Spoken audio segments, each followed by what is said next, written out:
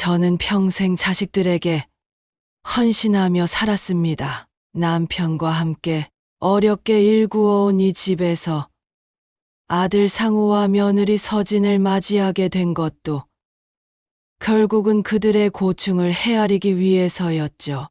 아들 부부는 처음에는 예의를 갖추며 저를 존중해 주는 것 같았지만 시간이 지나면서 며느리 서진의 태도는 점점 차갑고 무례해졌습니다. 특히 며느리가 전화 통화 중에 저에 대한 험담을 하는 소리를 들었을 때 제 마음은 무너졌습니다. 그 후로 서진은 점점 더 노골적으로 저를 무시했고 아들에게 일을 얘기해도 그는 며느리 편만 들 뿐이었습니다. 심지어 남편 제사를 혼자 준비하게 되고 제 생일조차 가족에게 외면당하면서 저는 그들과의 동거가 더 이상 불가능하다는 결론에 이르게 되었습니다. 결국 아들 부부에게 집에서 나가라고 했지만 그들은 오히려 적반하장의 태도로 맞섰습니다. 안녕하세요, 구독자 여러분. 만담꾼의 사랑방을 찾아주셔서 감사합니다. 만담꾼은 전국 각지에서 사연을 제보받아 전해드리는 만큼 희노애락이 살아 숨쉬는 이야기를 약속드립니다. 오늘도 이야기 재밌게 들어주시고 주변 친지분들과도 이야기 함께 나누시면 좋을 것 같습니다. 만담꾼의 최신 이야기를 가장 빨리 접하시기 위해서는 구독하시고 알람 설정까지 해주시면 됩니다. 좋아요도 잊지 않으셨죠? 제보하고 싶은 사연이 있으신 분은 댓글로 남겨주시거나 설명란에 있는 메일 주소로 보내주셔도 좋습니다. 그럼 이야기 시작합니다. 안녕하세요. 저는 울산광역시에 살고 있는 민순이라고 합니다. 오늘은 제가 자식과 며느리 사이에서 겪었던 갈등과 그로 인해 얼마나 큰 상처를 받았는지에 대해 이야기해 보려고 합니다.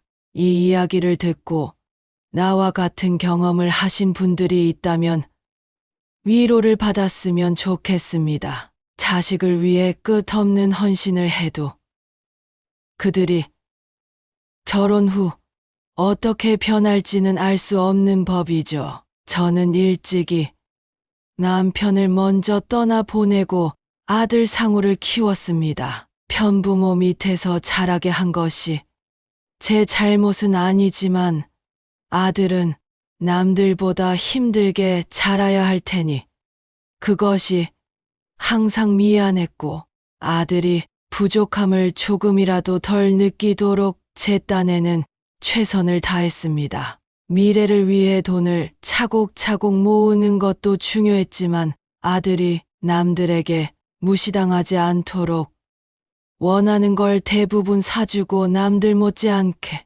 키웠죠.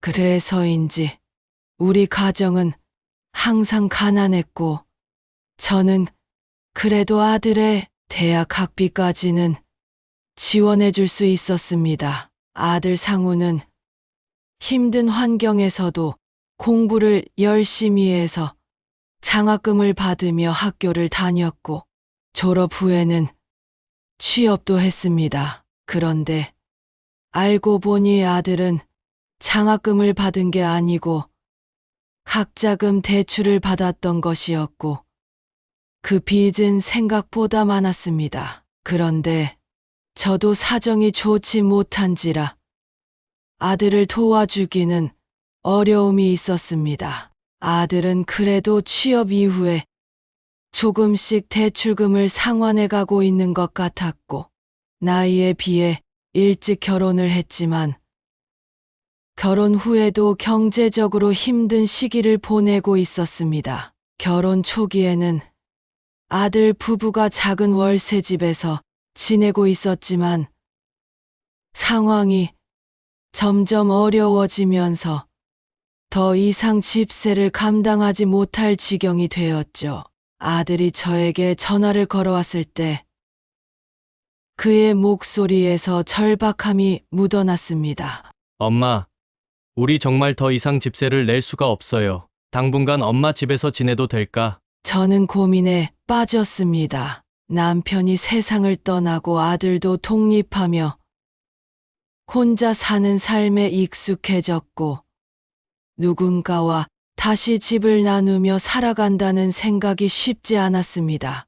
하지만 자식이 어려움에 처했을 때 외면할 수는 없었습니다. 그래서 결국 저는 그들의 요청을 받아들이기로 했습니다. 그래, 상우야, 너희가 내 집에서 잠시 지내도 된다. 하지만 꼭 돈을 모아서 나가야 한다는 걸 명심해라. 처음 몇 달 동안은 그럭저럭 지낼만 했습니다. 며느리 서진도 저에게 처음에는 살갑게 굴었고 집안일도 간간히 도와주며 성실하게 생활하는 듯 보였습니다. 상우도 퇴근 후 집안일을 도와주며 가족 분위기는 나쁘지 않았습니다. 저도 그들과의 동거가 예상보다 나쁘지 않다고 생각하며 조금 안심했죠. 그러나 시간이 흐를수록 서진의 태도는 점점 변하기 시작했습니다. 처음에는 사소한 것들부터 달라지기 시작했죠. 예를 들어 집안일을 돕겠다고 했던 그녀가 점점 게을러지더니 청소나 설거지 같은 일들을 전부 제게 떠넘기고는 자신은 핸드폰을 보거나 친구들과의 약속에만 신경 쓰기 시작했습니다. 저는 처음엔 그녀도 피곤하고 바쁘니까 이해하려 했습니다. 하지만 점점 서진의 태도가 너무 무례하게 느껴졌습니다. 어느 날 서진이 친구와 전화하는 소리를 우연히 듣게 되었는데 그 내용은 저를 향한 험담이었습니다. 우리 시어머니는 진짜 너무 꼼꼼하고 간섭이 심해. 내가 다 알아서 할 수 있는데 왜 이렇게 잔소리가 많은지 모르겠어. 빨리 나가던지 아니면 이 집에 상우 씨랑만 같이 살고 싶어. 그 말을 듣는 순간 저는 가슴이 철렁 내려앉았습니다. 제가 자식을 위해 모든 것을 희생하고 있는 상황에서 오히려 며느리에게는 귀찮은 존재로 여겨지고 있다는 생각에 큰 충격을 받았죠.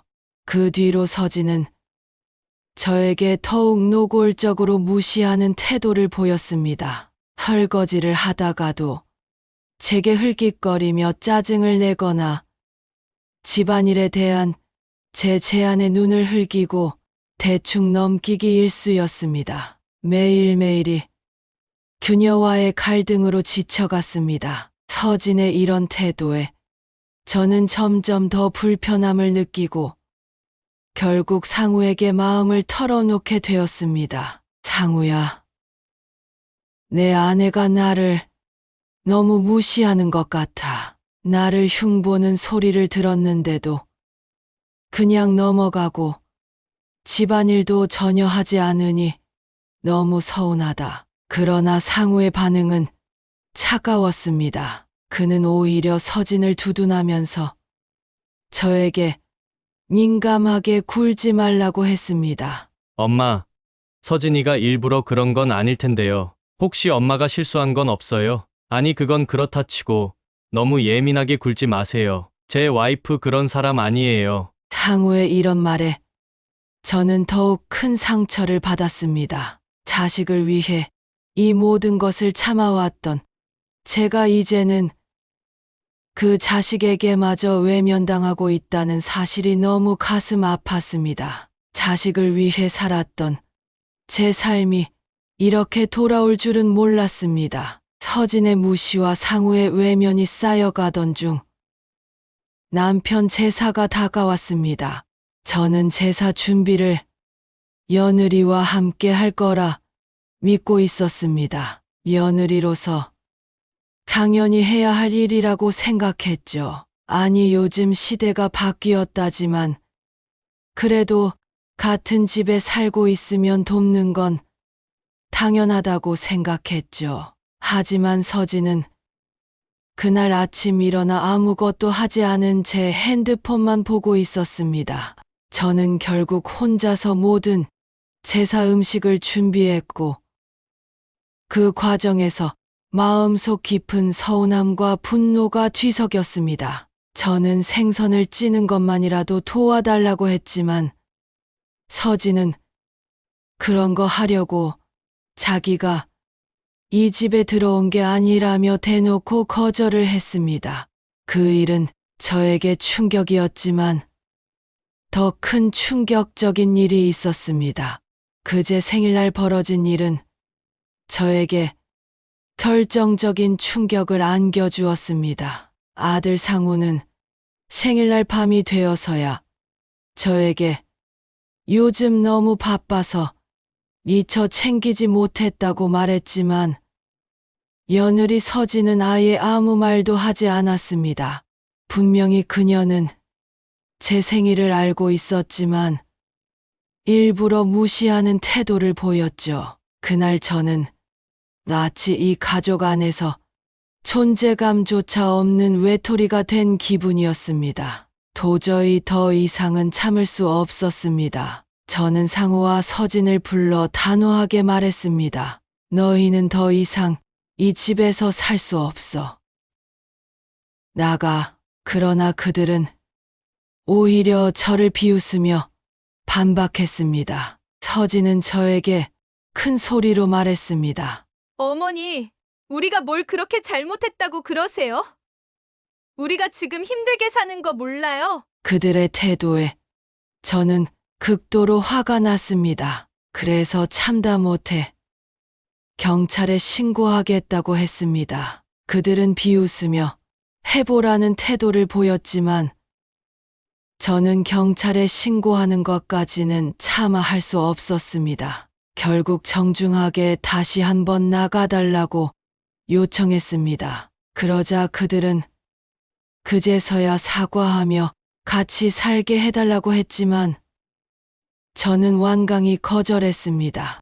결국 그들은 집을 나갔습니다. 며칠 뒤 상우와 서진에게서 전화가 왔습니다. 그들은 모텔에서 지내며 너무 힘들어하고 있다며 한 번만 다시 만나달라고 요청했습니다. 만남의 자리에서 서진은 무릎을 꿇고 울면서 그동안 저에게 했던 잘못들을 고백했습니다. 제 흉을 봤던 일, 제사 준비를 돕지 않았던 일, 생일을 외면했던 일 등 모든 것을 진심으로 뉘우치며 용서를 구했습니다. 저도 마음이 약해졌고 마지막 기회를 주기로 했습니다. 그래서 다시 집으로 들어오라고 했습니다. 그 후 아들 부부는 정말로 변했습니다. 저를 더 챙기고 음식도 스스로 준비하는 등 전과는 다른 모습을 보였습니다. 만약 제가 그때 그들을 내쫓는 결단을 내리지 않았다면 저는 여전히 혼자 쓸쓸히 살거나 그들에게 무시받으며 살았을지도 모릅니다. 제가 이 이야기를 통해 전달드리고 싶은 메시지는 아무리 가족이라서 말하기 껄끄러운 부분이 있더라도 확실하게 짚고 이야기를 하는 것의 중요성입니다. 사람의 마음은 언제 어떻게 변할지 모릅니다. 중요한 건 그런 상황을 맞이했을 때 어떻게 대처하느냐입니다. 이야기 들어주셔서 감사합니다.